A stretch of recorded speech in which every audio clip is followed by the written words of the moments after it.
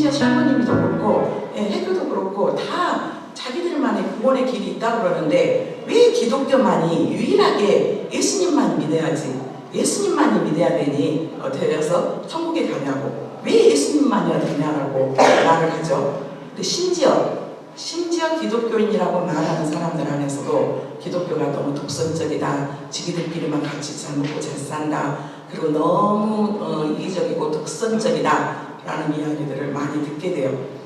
우리 성도님들 안에서도 또는 교회에 적은 두고 있지만 그런 이야기들을 한 적도 있을 것이고, 그 다음에 그런 이야기들을 세상 사람들한테 질문을 받게 되면 그거에 대해서 정확한 답을 해주지 못하고 좀 그런 것 같기도 하고 좀 기독교가 좀 그래? 라고 하는데, 우리 안에서 정확하게 왜 예수님만이 우리의 길이 되는가를 정확하게 이 로마서 1장 3절부터 4절까지 먼저 이 말씀 안에 우리의 고백들이 되어지고, 그리고 나서 우리가 어떤 존재였고 지금 어떤 일들이 일어났고 지금 우리는 어떤 부활의 그 능력과 생명 가운데 사는 우리들이 어떤 삶의 현장 가운데 살아내야 되는가에 대해서 오늘 본문 말씀을 통해서 살펴보기로 하겠는데요. 먼저는 로마서 1장 3절부터 4절 말씀을 보겠습니다. 로마서 1장 3절부터 4절. 로마서 1장 3절 4절입니다. 같이 3절 같이 읽겠습니다. 그의 아들에 관하여 말하면 육신으로는 다윗의 혈통에서 나셨고, 4절 성결의 영으로는 죽은 자들 가운데서 부활하사 죽은 능력으로 하나님의 아들로 선포되셨으니 곧 우리 주 예수 그리스도시니라. 다시 3절 4절 다시 보겠습니다. 그의 아들에 관하여 말하면 육신으로는 다윗의 혈통에서 나셨고 성결의 영으로는 죽은 자들 가운데서 부활하사 능력으로 하나님의 아들로 선포되셨으니 곧 우리 주 예수 그리스도시니라. 계속 나누는 이야기가 하나님이 창조자라는 거 여기 고백되지 않은 분 안 계시죠? 하나님께서 모든 만물을 만드셨고 나를 창조하셨고 지금도 살아계셔서 모든 것들을 보존하세요. 그 창조주 하나님께서 우리를 만드실 때 우리는 죄인이 먼저가 아니라 하나님의 자녀로서, 하나님의 대리권자로서, 하나님의 또 통치권자로서 하나님께서 우리에게 그 모든 축복들을 위임하셨다는 것은 다 알고 있어요. 그리고 나서 하나님께서 너희에게 모든 것들을 다 주되 한 가지 명령, 하나님의 법을 주셨는데 그 법이 뭐냐면 창세기에 나오는 선악을 분별하는 나무의 실과, 우리가 보통 선악과라고 그러죠. 그런데 정확하게 성경적인 표현은 선과 악을 분별하는 나무, 사과나무 아니에요. 선과 악을 분별하는 나무. 근데 이 선악을 알게 하는 나무를 먹는 날 너희가 반드시 죽는다. 너희가 모든 것들을 다 먹을 수 있고 할 수 있고 그러는데 이것만은 먹지 마. 먹는 날에 너희가 죽어. 반드시 꼭 죽는다. 라고 그 하나님께서 우리 인간에게 모든 것들을 창조하시고 위임하시고 통치하시고 다 모든 것들을 주셨는데 한 가지 딱 약속, 한 가지 법을 딱 주셨는데 먹지 마라. 먹으면 죽어. 근데 이 죽음 안에는 두 가지의 죽음이 있는 거예요. 첫 번째 하나는 영적인 죽음, 하나님과 우리 안에서 영적인 죽음을 맞이하게 되고, 두 번째는 실제적인 육체의 죽음이 찾아오는 거예요. 제가 믿겠습니다. 여기 있는 여러분들, 나는 안 죽어. 나는 절대 안 죽어. 나는 영원히 100살, 200살, 300살, 400살, 500살, 1000살, 1000살까지 살 거야 하시는 분들 손 들어보세요. 하나님이 우리를 창조하셨을 때 우리는 죽지 않은 영원한 존재로 창조되었었어요. 그런데 이것을 알고 있던 사탄이 이제 뱀의 형상을 하고 첫사람 아담에게 찾아오게 되죠. 이 아담이라는 뜻은 사람이라는 뜻이에요.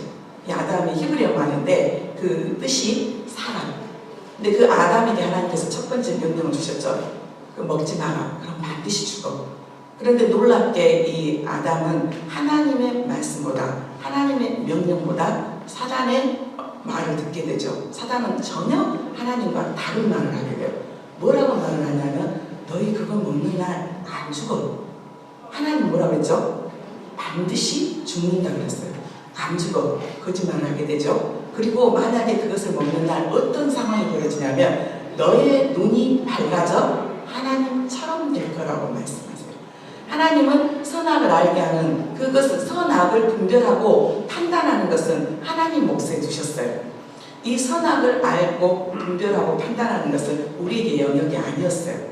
그냥 우리는 하나님의, 그렇다고 해서 하나님이 우리를 로봇처럼 만들어 놓으신 게 아니라 우리에게 자유의지를 주셔서 우리가 선택하고 우리가 찾을 수 있는 그런 부분들을 주셨는데, 그런데 이 선악을 분별하면서 너의 눈이 밝아져서 하나님처럼 된다라고 하는 그 말을 들었을 때 그들은 미혹이 되고 유혹이 돼서 하나님의 말씀이 아닌 사탄의 음성을 듣게 되죠.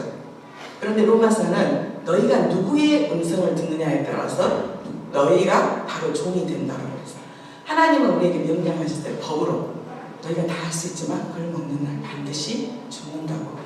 우리가 늘 기억해야 할 건 하나님 우리에게 가장 좋은 것을 주시는 분이세요. 반드시 그것이 먹었을 때 너희한테 결코 너희에게 유익이 없고 나와 관계가 끊어지는 그 아픔을 내가 너희 아버지가 되고 너의 모든 삶을 다 인도할 것이고 너의 삶이 함께 내 안에 진정한 평강이 있고 진정한 기쁨이 있고 진정한 안정감이 있다는 것을 주님은 늘 이 선악을 하는 분별하는 나무를 보면서 아담이 기억했어야 됐어요. 그런데 하나님처럼 되고 싶어하는 그 말, 그리고 죽지 않는다고 하는 그 말에 이 첫사람 아담은 사단의 말을 듣게 되고 실제적으로 사단이 합법적으로 인간 세상에 들어오게 되고 그 다음에 정말로 눈이 밝아졌더니 어떤 현상이 제일 먼저 벌어지냐면 이 아담과 하와가 먼저 하나님을 낯을 두려워하는, 그래서 하나님을 피하게 되고 그 다음에 벌거벗은 것들을 알게 되는 수치감이 찾아오게 됐어요. 그래서 하나님의 얼굴 낯을 피해서 두려움 안에 피해됐을 때 하나님께서 이 아담과 하와에게 아담아 네가 어디 있느냐라고 말씀하셨어요. 이 선악을 알게 하는 나무를 먹는 날, 그것을 먹는 날 내가 하나님처럼 돼서 그 안에 내가 왕노릇하고 내가 모든 내 삶을 책임지고 이 선악을 분별하는 것들을 알므로 인해서 더 행복할 줄 알았고 내가 다 내 삶의 주인이 되면은 더 모든 것들을 다 할 수 있을 것 같았는데 인간 안에 찾아온 것들은 두려움과 절망과 그 다음에 여호와의 낯을 피하게 되고 그 다음에 수치감과 절망감이 찾아왔어요. 이게 기독교에서 말한 원죄예요. 우리가 다른 종교에서 말한 도덕 윤리적인 거짓말하고 남의 도둑질하고 그런 것들도 기독교에서도 말하는 10계명 중에 5계명부터 10계명까지 즉 10번째 계명까지 이야기를 하고 있죠. 근데 기독교가 다른 종교하고 다른 첫 번째 죄에 대한 부분은 바로 우리가 하나님 없이 내가 주인된 자리에서 내가 선악을 분별하고 그 다음에 그 선악을 분별하면서 내가 하나님의 자리에 있는 것, 그게 죄예요. 그리고 하나님의 말씀을 믿지 않았고 하나님을 의지하지 않았고 하나님 앞에 순종하지 않았어요. 근데 우리의 삶을 한번 돌아보시기를 바랍니다. 우리가 정말 하나님 없을 때 우리 특히 각 가정의 가장들에게 한번 묻고 싶어요. 지금 여러분들의 삶은 정말 하나님께서 모든 것이 다 조건에 가지고 있고 세계가 하나님 앞에 달려있으니까 죽고 사는 모든 문제가 그분에게 달려있어. 그러니까 내가 그분한테 나의 모든 삶을 의탁하고 그냥 오늘 하루 감사함으로 살고 또 하나님께 모든 것들을 의탁하면서 그렇게 살면서 어떤 많은 어려움 가운데서도 또 많은 실제적인 두려움이 있지만 평강의 마음이 나를 더 지배하는지 아니면 여전히 내가 이거는 각 가정의 가장들 남자분들만 이야기하는 게 아니라 우리 교회 안에서는 여자분들 안에서도 가장의 역할들을 하신 분들이 계세요. 정말로 내 삶이 정말로 지금 편안하고 내 삶이 지금 내가 이것들을 영위해가면서 이게 나에게 있어서 진정한 위로가 있는지. 근데 놀랍게 우리가 하나님 없이 내가 주인된 삶, 내가 모든 삶을 이끌어가려고 할 때 우리에게 찾아오는 그 삶의 무게는 더 어렵고 더 버겁고 또 벗어버리고 싶은데 벗어나올 수도 없는 그런 상황이에요. 정말 딱 죽고 싶지만 죽을 수도 없고 그러면서 딱 죽을 것 각오하면 살고자 하면 죽고 죽고자 하면 사는 그런 마음들이 있으면 괜찮은데 그래도 저 자신 먹여 살려야 되고 또 나에게 주어진 또 삶의 무게가 있고 책임감이 있기 때문에 이러지도 못하고 저러지도 못한 우리 안에 인생 안에 오는 여러 가지 무게감이요. 그런데 이게 죄가 들어오면서 그렇게 됐거든요. 죄가 들어오면서 모든 자연이 다 파괴가 됐고 동물들도 다 약육강식으로 변했고 그리고 아무리 땀을 흘려도 이 곡식들이 우리가 열심히 영업을 해도 열심히 수고를 해도 열을 심었는데 열이 거두지가 않아요. 열을 노력했는데도 하나를 거둘까 말까 아니면 못 거둘 때도 있고 그런 인생의 고통 가운데 정말 그게 실제적인 죽음으로 와 있었단 말이에요. 하나님 우리를 그렇게 창조하지 않으셨어요. 하나님 앞에 모든 것을 맡기고 함께 더불어 기쁨과 즐거움 가운데 하나님이 내 모든 삶을 주관하시고 그런데 정말로 내가 그것을 먹는 날 하나님처럼 하나님이 돼서 내 삶을 주관하고 내 삶을 이끌어가면 행복할 줄 알았는데 내 자신의 한계와 내 자신 안에서 오는 내 안에 여러 가지 다 모든 것이 되던가요? 모든 것이 내 마음대로 내 뜻대로 네가 원하는 대로 네가 계획했던 대로 경제 상황 좋을 때 경기 좋았을 때는 그때 그렇게 됐었어. 그런데 지금은 너무 많이 어렵고 힘든 상황 가운데 어쩌면 경기가 어려워진 것도 은혜예요. 주님께서 주신 사인이요. 네가 그동안 너의 삶을 네가 주인처럼 살았는데 이제는 나에게 맡겨봐. 그리고 정말 죽고자 하면 살고 살고자 하면 죽는데 정말 죽지 못해서 정말로 타협하고 사는 그런 인생이 아니라 분명히 이것을 내려놨을 때 주님 앞에 전적으로 의지하고 이 직장 만약에 그만두고 문 닫게 됐을 때 하나님은 다른 길을 여세요. 하나님께 다른 방법 여세요. 그런데도 이거 벌벌벌벌 정말 어떻게 하면 어떻게 하지? 이게 정말 어떻게 되면 어떻게 하지라는 우리 안에 여러 가지 불신함. 그러면서 하나님을 하나님으로 고백하지 않고 하나님 앞에 의탁하지 못한 우리 인생 안에서 오는 처절한 그 힘듦과 고통과 그 공고함 그것이 죄로부터 시작됐다라는 거예요. 죽지도 못하고 살지도 못하고 IMF 때 얼마나 많은 사람들이 많은 가정들이 스스로 목숨을 끊고 그 경제적인 어려움들이 왔을 때 이 처자식들이 자기가 혼자 죽기에는 너무 이 고통스러운 이 세상 가운데 두는 것이 너무 안타까워서 동반 자살이 늘어났던 그 시기에 그런데 지금도 청소년 자살 1위 그 다음에 많은 사람들 안에서 자살 1위인 나라가 되어버렸어요. 그게 바로 내가 하나님처럼 되고 싶어 했던 그 원죄로부터 벗어나지 못한 인간 안의 비극이요. 그래서 그 저주 가운데서 사는 우리의 처참한 인생 그런데 그 문제를 하나님께서 다시 해결하기 위해서 그 아들을 보내셨단 말이에요. 그래서 그 아들에게 우리의 모든 인간의 고통과 아픔과 우리 안에서 어마어마하게 내가 질 수 없는 그 무게감과 또 가정 안에서 내려온 여러 가지 절망과 저주와 그 모든 것들이 마침이 되기 위해서 하나님께서는 그 아들, 죄가 없는 그 아들을 오늘 이 말씀처럼 그의 아들에 관하여 육신으로는 다윗의 혈통으로 나셨어요. 우리와 똑같은 혈과 육을 입으셨어야 됐어요. 그렇지만 다른 건 그분은 원죄가 없이 엄마의 자궁만이 필요했어요. 그래서 실제적으로 유대인으로 이스라엘 자손으로 그리고 혈통적으로는 다윗의 그런데 알다시피 유대인들에게 있어서 가장 위대한 왕이 다윗이었어요. 그래서 지금 이스라엘의 국기가 이제 다윗의 방패라고 할 정도로 이스라엘 역사 가운데 가장 통일 왕국을 이뤘고 가장 자랑스러워하는 왕조 중에 다윗의 왕조를 두지요. 그런데 예수님이 이 땅에 오셨을 때는 혈통적으로는 유대인으로 이스라엘 사람으로 나왔지만 그때 시대적으로는 주권을 잃어버린 로마 제국의 패망한 왕족의 후손으로 태어났어요. 한마디로 말해서 조선 말기에 고정이 있었고 순종이 있었고 그랬지만 이미 일본 안에서 우리나라를 장악함으로 해서 모양만 있는 그냥 전혀 영향력을 또 끼칠 수 없는 그러한 모습 가운데 그런데 그럼에도 불구하고 구약에서부터 계속 약속하신 아브라함과 다윗의 후손으로 오신 예수 그리스도 그래서 혈통적으로는 유대인으로 이 유대인이란 말이 이스라엘의 야곱의 12명의 아들 중에서 네 번째 아들 유다를 조금 유대라고 해요. 그러니까 유대인들은 바로 유다 혈통을 이야기하고 바로 그 유다의 대표적인 선조가 다윗이고 다윗이 바로 예수님께서 이제 계보로는 할아버지가 되지만 다윗이 시편에 주를 보았다라고 이야기를 해요. 혈통적으로 순서적으로는 그렇게 태어났지만 예수는 창세전부터 계셨거든요. 그리스도의 모습, 즉 말씀으로 계셨어요. 그리고 나서 성결의 영으로는 이 성결이란 말은 특별하게 구별해서 확실히 확연하게 다른 것과 차이가 있게 그런 뜻이에요. 우리가 보통 이제 상식적으로 세계의 4대 종교를 뭐라고 말하죠? 기독교, 해교, 불교, 힌두교가 세대 4대 종교예요. 그러면 그 종교를 창시했던 창시자들이 다 있어요. 불교의 창시자는 누군가요?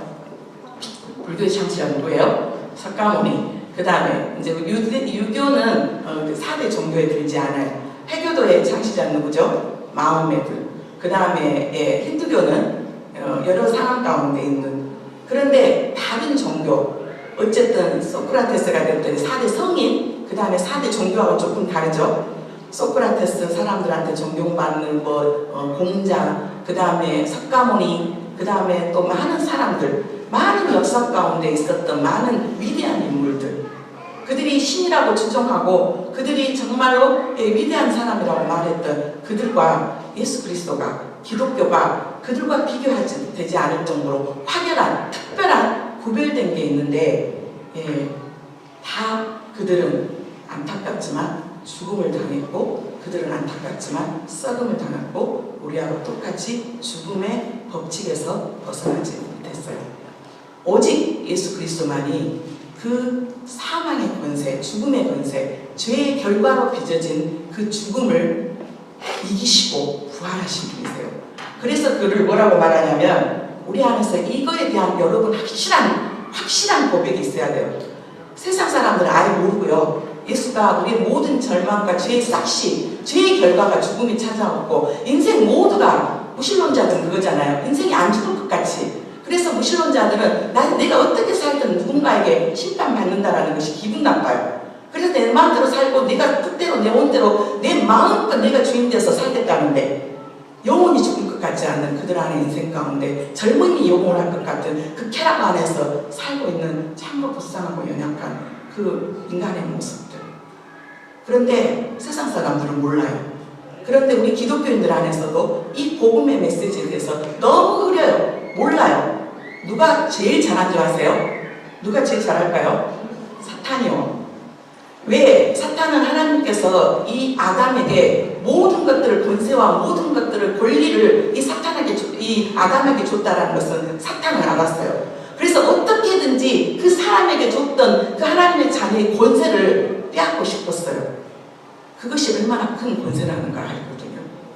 근데 지금도 마찬가지예요. 사단은 하나님의 자녀가 되어서 누리는, 너희들의 믿음이 견고하고 예수 그리스도가 어떤 분이고 내가 믿는 예수에 대해서 그분이 어떤 분이라는 걸 우리가 알았을 때, 아무리 세상에 폭풍이 치고 아무리 바람이 불고 우리 삶에 요동이 친다 할지라도 내가 예수 그리스도 안에서 온전히 뿌리 박히고 있을 때 결코 요동하지 않을 것들 안에 그 믿음의 사람들, 그게 믿음의 선조들이었어요. 초대교회 교인들이었단 말이에요. 아무리 죽음이 찾아와서 그들을 두렵게 할지라도 그들은 결코 타협하지 않았어요. 그래서 세상이 감당할 수 없는 그들의 모습 가운데 살았단 말이에요. 그들이 기득권층보다 더 많은 것들을 가졌나요? 그들이 기득층보다 더 많은 경제적인 힘이 있었나요? 그럼에도 불구하고 그들은 결코 기죽지 않았고, 그들은 타협하지 않았고, 죽으면 죽으리라는, 왜? 오늘 같이 나누고자 하는 그 부활의 소망이 있었고 부활의 능력이 있었단 말이에요. 죽기 때문에, 그 죽는 것 때문에 두려워서 쩔쩔매고 타협하는 그런 비겁한 인간이 아니고요. 왜 그럴까? 우리가 믿는 예수 그리스도에 대한 정확하고 분명한 지식이 없어서 그래요. 바로 뭐라고 말씀하셨냐면, 성경의 영으로는 죽은 자들 가운데서 부활하사, 그 누구도 죽음을 이기시고, 모든 과학의 법칙이 있잖아요. 그 법칙 중에서 우리가 알고 있는 질량의 보존의 법칙도 있고 부력의 법칙도 있고, 예수님이 이 땅에서 오셔서 나타났던 모든 기적들은 과학에서 말하는 법칙을 어긋나요. 오병이어 기적도 질량 보존의 법칙에서 어긋나요. 그 다음에 물로 포도주를 만든 것도 화학 반응의 법칙에서 어긋나요. 그 다음에 예수님께서 물 위에 걸려오신 것도 부력의 법칙에서 어긋나죠. 물보다 무거운 것은 다 가라앉게 됐어요. 그런데 예수님은 그 물 위를 걸어오셨어요. 그리고 모든 사람은, 모든 동물은, 생물이 있고 생명이 있는 자들은 다 이 땅에 오면은 다 죽음을 벗어날 수 없는 죽음의 법칙이 있어요. 제일 법칙이라는 것은 어떤 사람들이 어떤 시대를 거쳐서 똑같이 실험을 해도 똑같은 반응을 나오는 것을 과학에서는 법칙이라고 하잖아요. 그럼 예수 그리스도가 그 죽음의 법칙을 벗고 일어났다면 우리는 그분이 창조자라는 것을 믿어야 돼요. 즉 성경이 거짓말이든지 사기꾼이든지 역대의 사기꾼이든지 아니면 그분은 모든 법칙들을 다 만드신 창조자,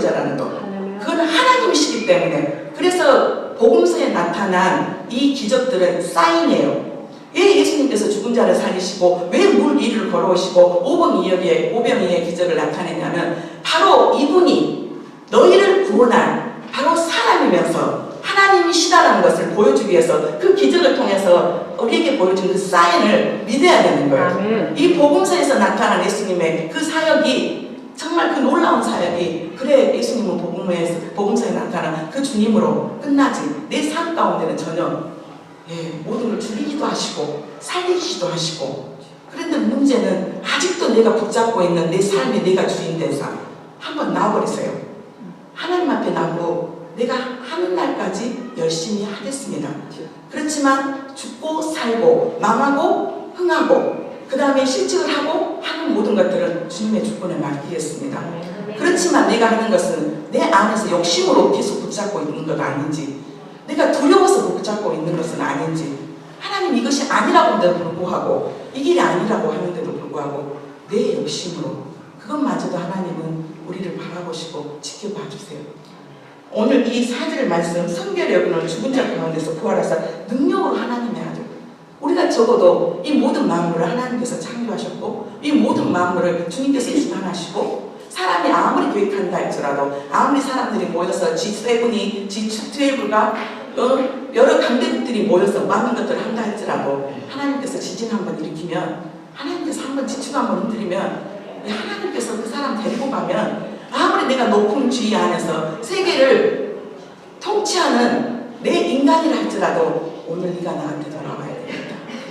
그 목숨 하나 유지할 수 없는 것이 우리의 인간의 모습이에요.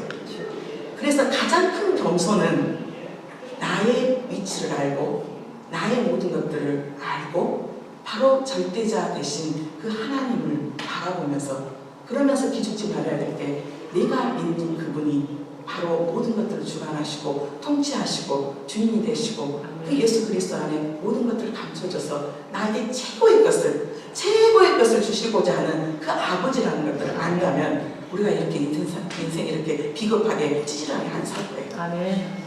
여러분 우리는 해마다 부활의 공동을 부활절을 맞이하면서 우리 인생이 작년보다 올해 여전히 없는 거 없어요. 여전히 없어요. 여전히 우리 안에서 우리 부활의 신앙이 있다고 해서 막 없었던 것이 막 있어지고 예배당이 없다가 막 예배당을 막 한 200평, 300평짜리, 2000평, 3000평짜리 지어지지 않는다 할지라도 내 안의 정체성에 대한 고백이요. 내 믿음 안에서 정체성에 대한 고백. 가장 귀한 건 내가 믿는 예수가 내가 믿는 그 하나님이 나에게 어떤 분이시고 어떤 것들을 주시고자 하는지 오늘 이 본문 말씀을 보면 로마서 다시 6장 3절로 들어가겠습니다. 우리 자신을 조금 점검했으면 좋겠어요. 3절 한번 같이 보겠습니다.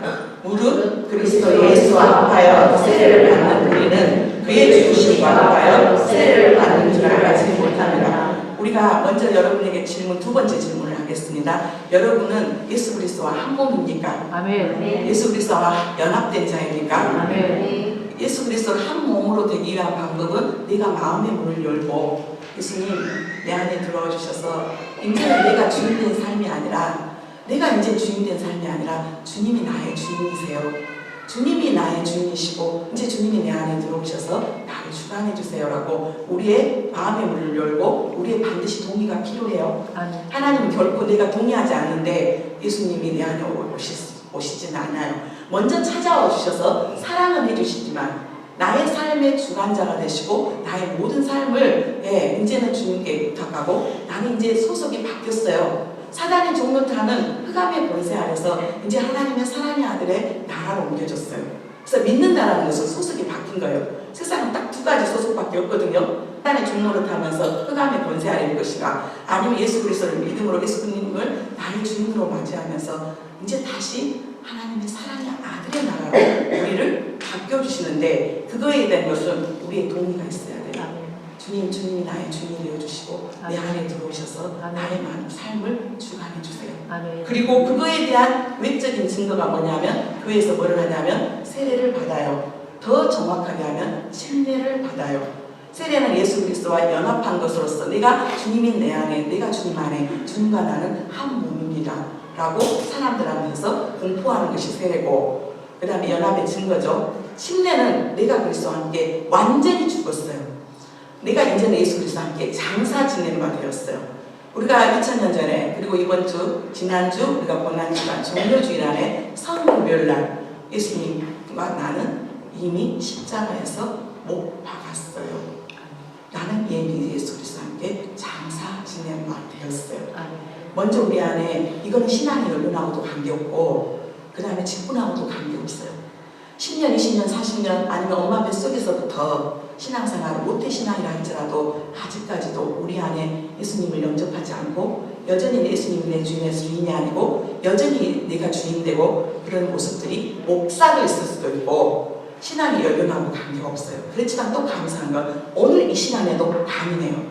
주님 내 안에서 들어와주셔서 주님이 나의 주인이 되어주시고 나의 모든 삶을 주님 앞에 부탁합니다. 그리고 나는 이제 예수 그리스도와 함께 죽었어요. 예수 그리스도와 합하여 세례를 받는 우리는 그의 죽으심을 합하여 세례를 받는 줄을 알지 못하느냐. 나는 그러면 예수 그리스도와 함께 장사 지낸 바 됐으니까 나는 예수 그리스도와 함께 십자가에, 여기 세례 받으신 분도 계실 것이고 그냥 받으니까 받았지.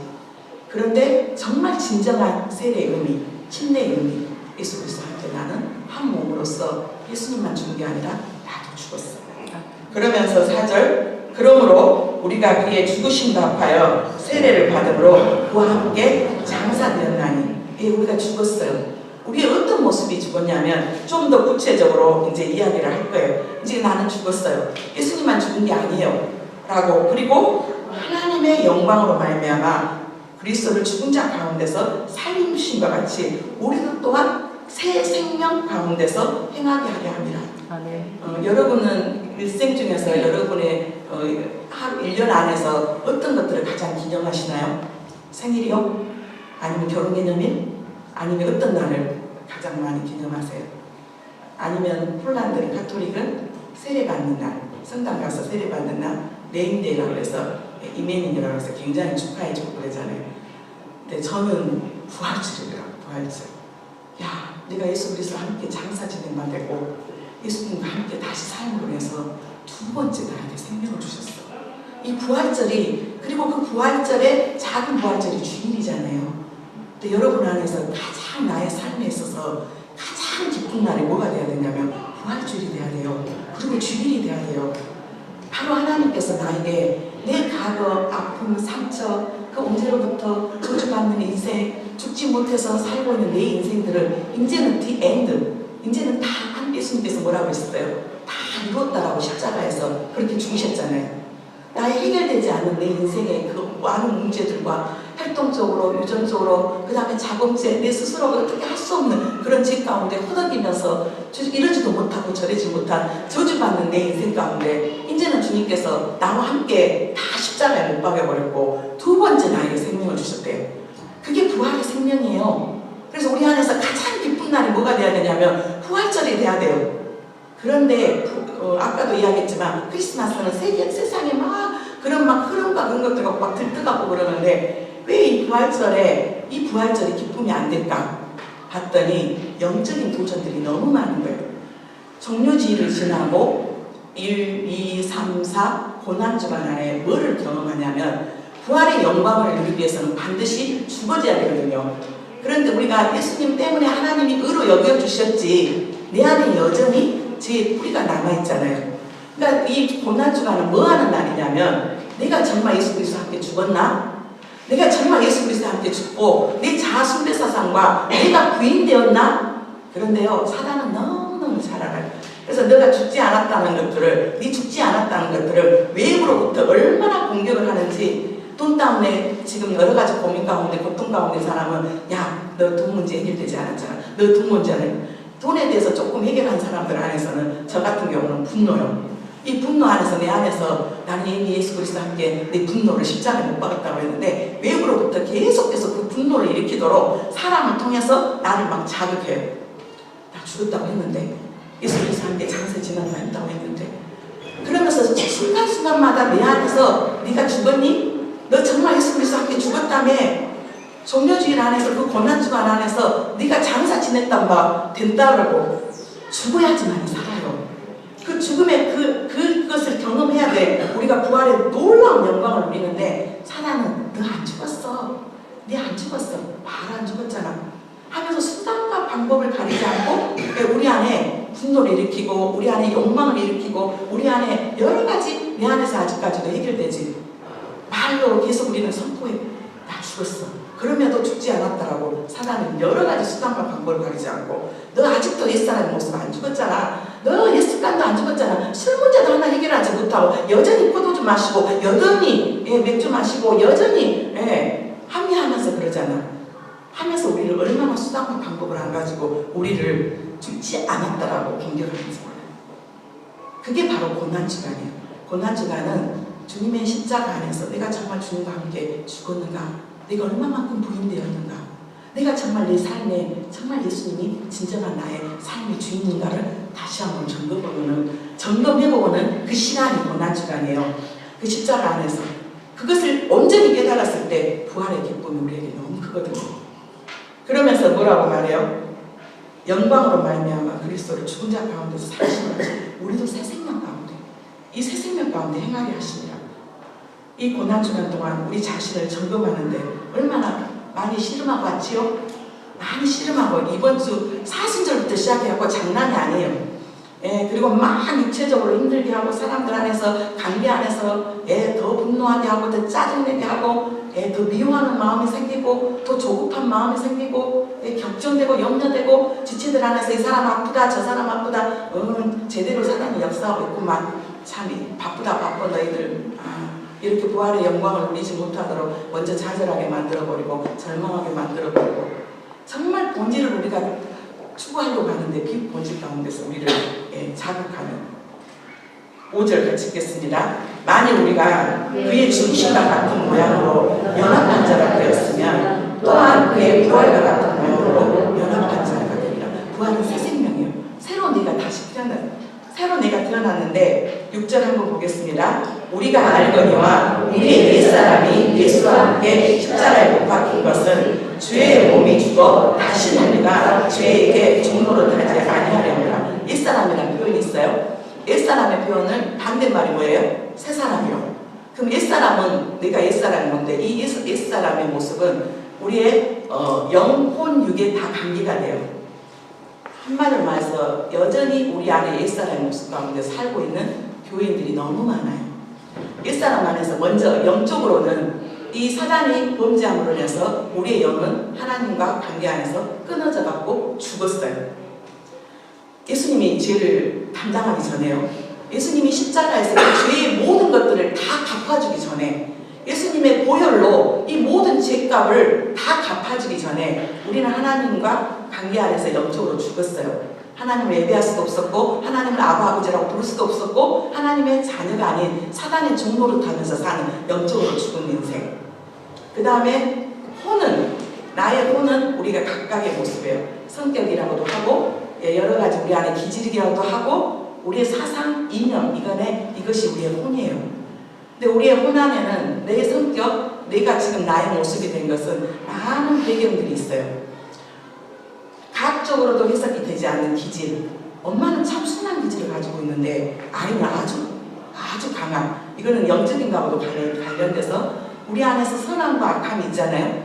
하나님으로부터는 오는 형상의 모습이 있고 그 다음에 사단으로부터 오는 우리 안에 그 불순종한 그리고 믿지 않는 우리 안에 이게 두 가지가 같이 있는데 정말 우리 안에서 나의 모습은 나의 성격은 자라왔던 부모님의 혈통과 부모님으로 받은 DNA의 여러 가지 상황과 그 다음에 네가 엄마 뱃속에서부터 나와서 여기까지 올 때까지 나의 주 양육자와 그게 엄마가 됐든지 아버지가 됐든지 선생님이 됐든지 그러면서 정말 건강하게 잘 자라온 사람도 있지만 엄마도 사랑을 받지 못해서 자녀를 따뜻하게 보살펴주지 못하고 엄마 부모님 안에서도 성숙하지 못했기 때문에 여러 가지로 인정해주지 못했던 것들. 그리고 우리가 20살이 됐던 10몇 살이 됐던 30살이 됐던 40살이 됐던 50살이 됐던 우리가 그동안 살아왔던 우리의 경험들 넘어졌던 부분들 우리가 지역 가운데 살았던 여러 가지 때로는 너무나 성적으로 연약했고 때로는 너무 돈에 집착하고 살고 여러 가지 많은 방탕함으로 여러 가지 술과 여러 가지로 안에서 살아왔던 우리의 과거의 많은 모습들, 이 모든 것들이 우리의 모습이에요. 그런데 여러분 지금 자기 자신 좋아요? 나 좋아, 나 좋아. 나 정말 자랑스러워. 그런데 이런 한쪽으로 우리가 너무나 연약한 모습, 육은 어떤가요? 제가 들어오고 난 다음에 하나님 우리를 온전한 모습으로 창조하셨지만 이 제가 들어오고 난 다음에 부모님 안에 있는 DNA, 좋은 우월한 DNA만 받았으면 좋겠지만 타고난 사람, 어떤 사람들은 때로는 장애를 가지고 태어나기도 하고 그 다음에 또 살면서 이런 질병, 저런 질병 이런 많은 것들 안에서 인생이 점점 나이가 들면서 우리의 육은 겉사람에 계속해서 택배가고 그리고 결국은 어디로 치닫아요? 죽음으로 치닫는 이게 우리 인상의 옛사람의 모습이에요. 결코 우리 옛사람의 모습이 난 옛사람의 모습으로 그렇게 보고 싶어. 왜 나는 이렇게 내 자신이 때로는 너무 싫어지고 그런데요 이 옛사람이 다 죽었대요. 예수와 함께. 그러니까 우리는 예수님과 함께 장사 지낸 바 되었다라고 선포한 우리들은 과거의 상처와 아픔과 부모 안에서 왜 내가 이런 환경과 이런 상황 가운데서 태어났을까 하고 원망할 필요가 없어요. 그렇게 그런 환경과 그런 상황 가운데 태어난 것들은 이제는 부활 안에서 재조명이 돼야 돼요. 아 하나님 왜 우리 집이 결손 가정이 없고 왜 우리 집이 그렇게 찢어지게도 가난했고 왜 이렇게 우리 부모님들은 그렇게 싸우고 아팠을까요? 그런데 놀랍게 이 모든 것들이 이제는 예수 그리스도의 두 번째 새 생명을 얻게 될 때 이 모든 것들이 재해석이 돼요. 아 이것이 하나님께서 나에게 그것들을 경험함으로 해서 아직도 세상 가운데서는 그 고통과 절망 가운데 사람들이 너무 많은데 내가 그 안에서 예수 그리스도를 만나고 정말 그 모든 것들이 예수 그리스도한테 십자가를 못 박았고 이제 나에게 예수 그리스도가 새 생명 가운데 이제 두 번째 태어났는데 그리고 그 은혜가 얼마나 큰지 하나님이 나를 찾아와 주시고 예수를 통해서 할 때 네 그런 가문에서 태어났으니까 너 아웃. 너희 집 결손 가정이었잖아. 너 아웃. 세상은 그래요. 대기업에서도 그 가정 다 조사해가지고요. 그 가정에 무슨 문제가 있으면 너무 가난한 사람도 안 뽑은대요. 왜? 공금을 횡령할 위험이 있기 때문에. 특히 회계 파트에, 관리 파트에 너무 찢어지게 가난했던 사람들이 돈을 관리하게 될 때 사고가 날 확률이 있으니까 대기업은 그래요. 기업들은 그런단 말이에요. 그런 배경을 가지고 있는 사람들 그리고 많은 것들 근데 하나님만이 예수님만이 너 과거 너의 집안 아무 상관없어. 다시 내와 함께 이미 장사 지낸 바 됐고 나는 다시 두 번째 내 생명으로 너희를 다시 재창조할 것이고 너희가 그거 너야. 우리 부모 안에 무슨 거? 다시 재해석된다고 된다니까요. 그리고 나하고 비슷하게 환경 가운데 있는 사람들이 얼마나 많은지요. 그래서 그런 사람들이 세상을 비관하고 세상을 미워하고 절망하고 먼저 내가 그 은혜를 받고 그들에게 그게 인생의 전부가 아니야. 예수님을 만나봐. 예수님이 우리의 모든 삶을 다 책임주셨고 나에게 그렇게 아픔이 있었던 것은 그 슬픔이 있었던 것은 나를 다시 재조명하고 너를 위로하고 너를 다시 예수 그리스도 생명 가운데 초청하기 위해서 우리를 부르셨어. 부활의 새 생명을 주신 이유가 그거예요. 아멘. 네가 먼저 제자가 되고 네가 먼저 살아냄으로 인해서 그들을 그 어둠 가운데 있고 그 절망 가운데 과거의 상처 가운데 헤매이는 그들을 붙잡아서 이끌어내라고. 아멘. 그런데 사단은 어쩐다고요? 너무 잘 알아. 우리는 너무 힘해. 그래서 원망하고 살아요. 절망하고 살고 이거 내 인생 이 지질하게 복도 없고 이미 예수님은 십자가에서 너의 모든 저주의 마침이 돼버렸다고 말했는데 여전히 나는 사단에 속아가지고 왜 내 인생 진짜 박복한 내 인생 아이고 부모의 뭐라 그러죠? 부모의 복이 없는 사람이 남편 복도 없고 그 다음에 자식 복도 없고 그러면서 우리 스스로 막 저주의 말들을 퍼붓는 거예요. 그런데 주님은 말씀하셨잖아요. 내가 너와 함께 인제는 연합됐고 너와 함께 장사 지낸 바 됐다고. 내가 다시 두 번째 예수 그리스도의 생명을 주문해서 너는 하나님의 가족이야. 아멘. 그 완전하시고 정말 그 사랑이 충만하시고 그분이 내 아버지가 되고 나는 그의 가족이 되고 아멘. 나에게 새 생명을 주셨다니까요. 아멘. 새 생명 주 이게 우리 아이덴티티예요. 아멘. 지금 나에게 뻥떼 나지 않은 내 인생 때문에 그냥 피곤하고 초라한 게 아니라 그래서 사단은 야 니 무슨 뻔때 나지도 않고 진짜 지질나게도 못 나고 너가 네 살 것도 하나도 없는데 네가 무슨 하나님의 자녀라고 그것들 안에서도 속아요. 우리 안에 정체성이요. 나는 정말 오늘 주님께서 말씀하시잖아요.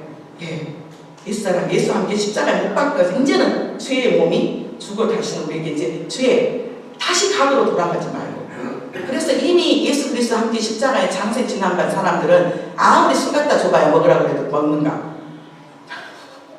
예수님과 함께 나는 그 기쁨이 너무 큰데 그거 술 몇 잔 먹는다고 그때 딸딸해갖고 기분 좋은 것 같은데 그 다음날 일어나면 머리 깨지고 속 아프고 아침에 일어나는 것도 너무 힘들고 왜 내가 이랬지 하고 카지노 가가지고 조금 당겨봐 그러는데 항상 알 것은 카지노에서 1,000만 원을 땄으면 여러분은 반드시 10억을 잃게 돼 있어요.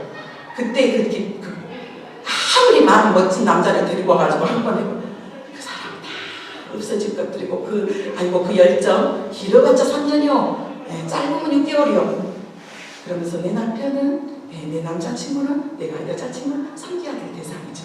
내가 의지해야 될 대상이 아니라 그리고 결혼 허락하셨고 또 하나님께서 연애도 허락하셨으니까 섬기는 거지. 그 사람이 내 인생을 갖다가 행복하게 해줄 것이고 맨날 속았다 그러잖아요.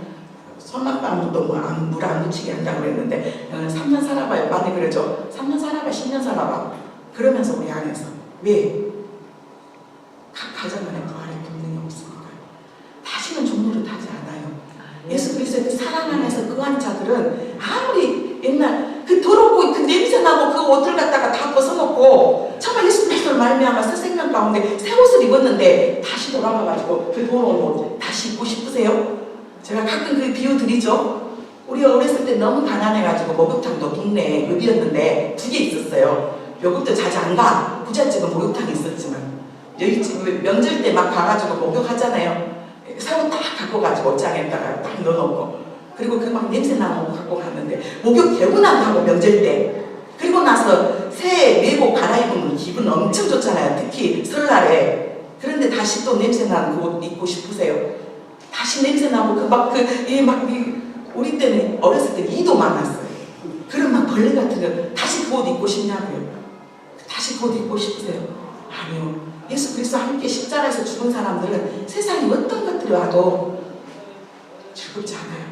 만족감이 없어요. 잠깐 동안이지 결국은 나를 사망으로 이끈다는 것을 알아요. 바로 정말로 이제는 주에게 종로를 타지 않아요.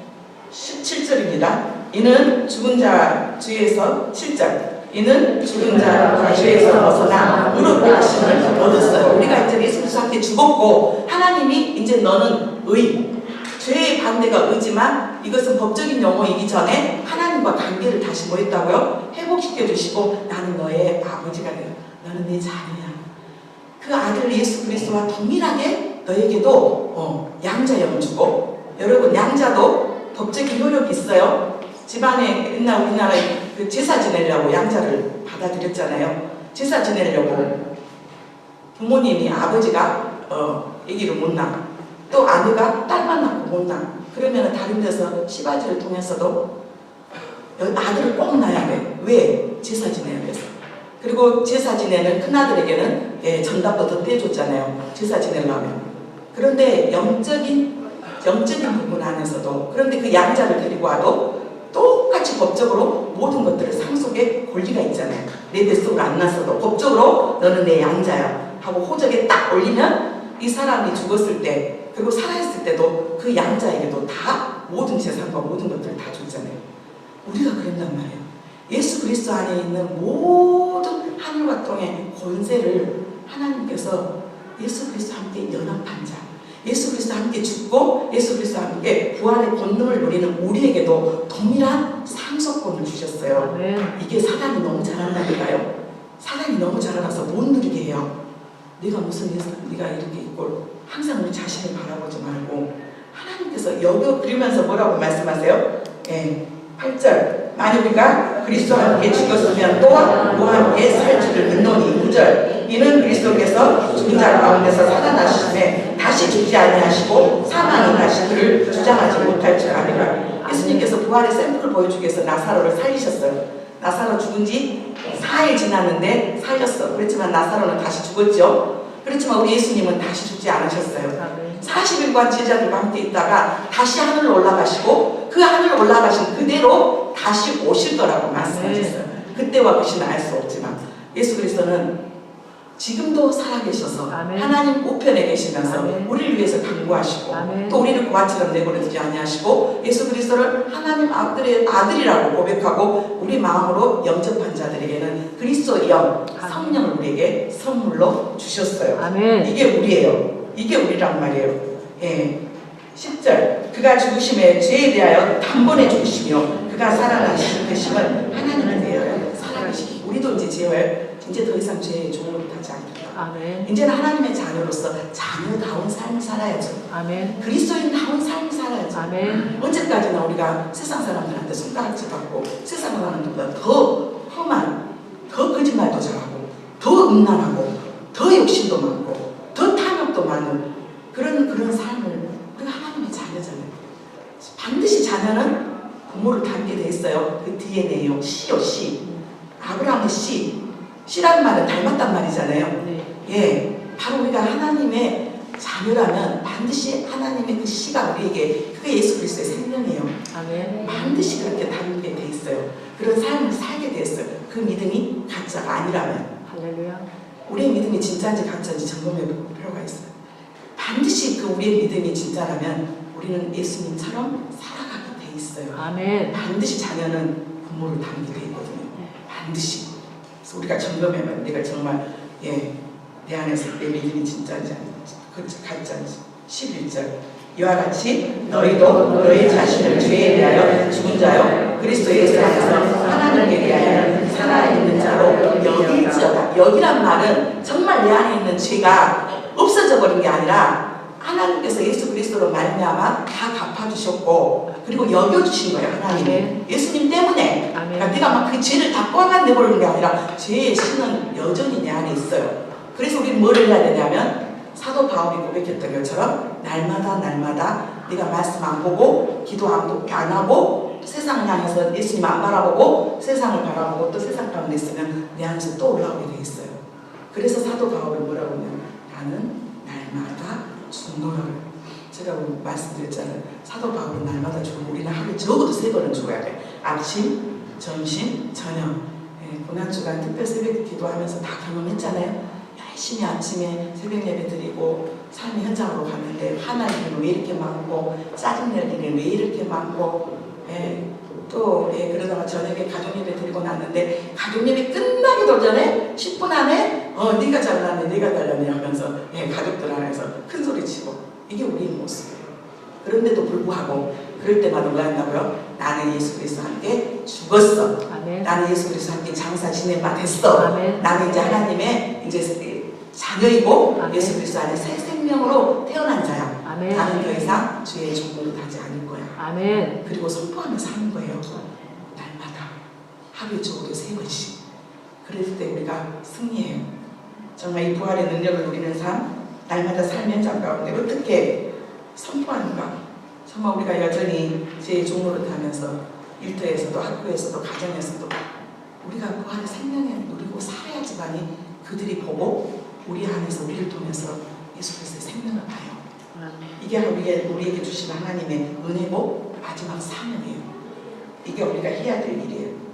잠깐 동안 정말 우리가 우리의 마음을 방치해놓으면 금방 쓴뿌리가 올라와요. 주님께서 우리에게 주신 것은 네가 부활의 권능, 네 안에 준 내 생명 안에서 날마다 살아내라고 말해요. 그리고 반드시 다시 오실 거라고 말씀하세요. 그래서 부활이 없다면 이 세상에서 가장 불쌍한 사람이 누구라고요? 예수 믿는 사람이요. 예수님 때문에 때로는 고난도 당하고 때로는 억울함도 당하고 오해도 받고 그랬잖아요. 이 세상이 전부가 아니라 반드시 주님께서 오신다고 말씀하셨어요. 그리고 반드시 정말 영원한 전부에 이 땅에서도 우리는 부활의 권능을 누리고 살아야 돼요. 그렇지만 끝까지 싸워야 돼요. 예수님께서 십자가상에서 이 사탄의 머리는 박살내버렸지만 여전히 꼬리는 남아가지고 어떻게 하면 하나님의 사랑으로부터 빼내고 여전히 죄 가운데 종로를 하면서 살도록 순간순간마다 우리 마음에 틈을 타고 들어와서 또 뒤로 돌아가게 하고 또 뒤로 돌아가려고 하고 아니야 나 안 돌아갈 거야. 그런데 아니야 와 넘어졌던 부분에 반드시 넘어요. 성적인 부분 안에 넘어졌던 분은 성적인 부분에 반드시 넘어지고요. 돈에 집착했던 사람은 돈 때문에 넘어지고요. 관계 안에서 교만한 사람은 또 관계 때문에 넘어져요. 속지 말아야 된다고 선포하고 네, 항상 살아는 하나님의 말씀을 무리지 못하게 속지 않기를 주님 이름으로 축복합니다. 네.